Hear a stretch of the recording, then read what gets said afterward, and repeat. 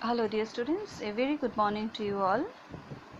As you know, I had been explaining the third chapter of your English CB book in the last two classes, the title of which is Bravo Manju, right? Today I'll start from where I stopped in the last class. Okay. So before I start, let us have a recap. As you know, Manjula Parelkar, a 13 years old girl who was born with a little deformity in her body. She did not have all 10 fingers as normally people have. So she means she did not have 2 fingers from each of her hands, right?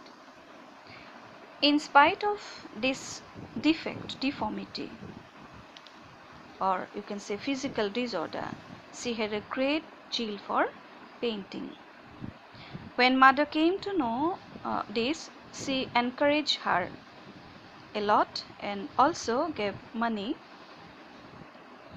And when she had her birthday, her mother, her father and her brother, so means Mr. Parelkar, Mrs. Parelkar and her brother Amol, gifted her the materials that she required for painting. Everyone praised her work, and she got encouraged to proceed on. Okay. And another day, she asked her mother that she needs some special watercolor paper, which was no doubt very expensive. And when it was brought to her father, he spoke that since day by day her demand was increasing and the materials she would ask for was very expensive, costly. So he suggested that instead of painting, Manjula should learn something more useful like cooking, stitching, etc. Manjula heard this their conversation. She became very disheartened, disappointed. So she tucked all the painting materials and kept them all aside. In my previous class, I explained till here, right? So now look at the last paragraph of page number 17. So let me read the last means this paragraph. Manjula, who had heard the conversation, returned to her room. She bundled up the watercolors and the 3 brushes and tucked them away into the furthest corner of her cupboard. Mother, she said the next day, coming into the kitchen, do you need some help in cooking? Why, Manju? Her mother looked at her in surprise. So means when she came and asked her mother if she needs any help in cooking, so mother was surprised because earlier she never came to her mother and asking that way. So her mother was surprised and glimpsing the pain in her eyes. So glimpsing means noticing some pain she could understand. So mother can normally understand the pain even though they are children do not want to say or do not express. Even then also mother can understand, and she also could understand. She could notice the pain in her eyes. Because, said Manjula in a steady voice, as she could manage, she was trying to hide her feelings. She was trying to manage her feelings. So in a steady voice she said, because I stopped painting, I think cooking is a useful thing. So she told to her mother that cooking is more useful, so I want to do that one instead of painting. So I stopped painting. But why? Amal was shocked. So her brother was shocked, means he asked why.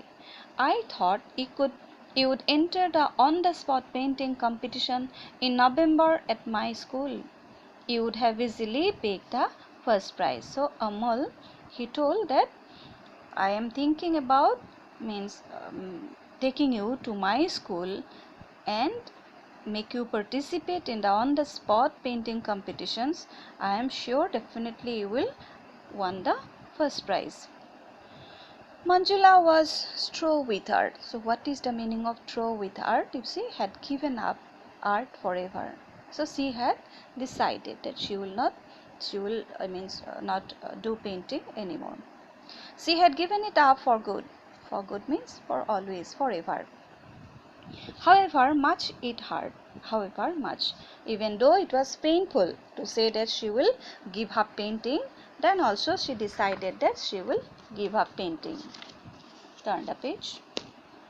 Manju, her mother's voice reached her from far away. Will you give me a hand? So mother called her from far away, called and told that, will you give me a hand means can you help me? Will you help me? Your papa is going to Mumbai next week. I have to take out his suit from the trunk. So will you please help me in taking out his suit from the trunk? Then Manjula helped her mother take down the steel trunk. Mrs. Parelkar opened it, but then shut it again. She opened and she closed the trunk again. She turned to Manju decisively in a very strong, stern look. She looked at her decisively, as if she has already decided she is going to ask and talk something with Manju. Manju, I would like to talk to you. Then she continued. She was about to say something to Manju, but then she interrupted. She stopped her mother. Mother, please, interrupted the girl. Her dark eyes burning. Don't. She could not complete. She did not complete, but she just when mother started talking something, then she interrupted him and spoke that please don't. Mrs. Parelkar gripped her daughter firmly by the shoulders and looked her straight in the eyes. So mother, since she was a very encouraging mother, we have already got it. Then she, firmly she, gripped her daughter. So and then looked straight in the eyes.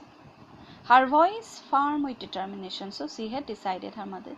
She said, "Don't give in, Manju. So don't give up. There is so much in you that other girls do not have." So again she is encouraging, she is inspiring her daughter. Let it come up. So promising, you are a very promising girl. So there is so much in you that other girls do not have. So you please don't give it up. Even if you have to fight, even if you need to fight, so you don't give up. So fight, Manju, fight. So it was a very nice line. Fight, Manju, fight. Manjula's mother encouraged her that way. So fight, Manju, fight. Manju's throat was thick with tears. So she was feeling so sad, but even then she did not show her tears. She turned away from her mother and dashed to her room. So she ran into her room, flinging herself on the bed. So what is the meaning of flinging? Throwing. So she slept on the bed and burying her face in the pillow. She covered her face, means with a pillow. When at last she sat up, her eyes fell on a newspaper cutting on the table. So after a long time, when he sat up, means she became fine. She felt fine. Then she looked towards her table and she saw a newspaper cutting. What is written? Strange, she thought. I did not keep in there. So when she saw the newspaper cutting on her table, she thought within herself, that strange, surprise, I did not keep this paper here. Puzzled, she picked it up and read. So what was written there? Playing football with artificial feet. The paper cutting. So in that paper cut, what was written? Playing football with artificial feet. Means it was another something that inspired her, and maybe her brother kept on the table.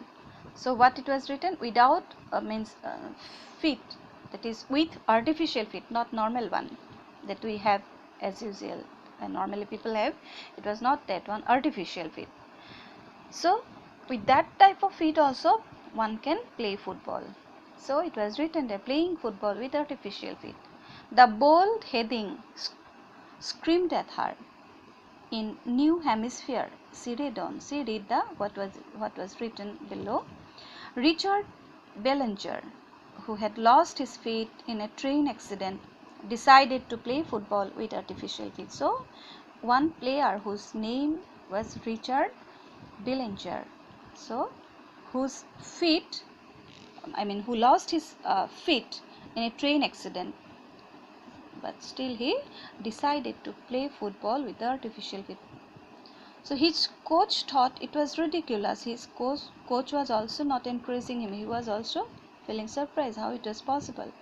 His parents did not like it. So everyone was not with him. No one encouraged him. And no one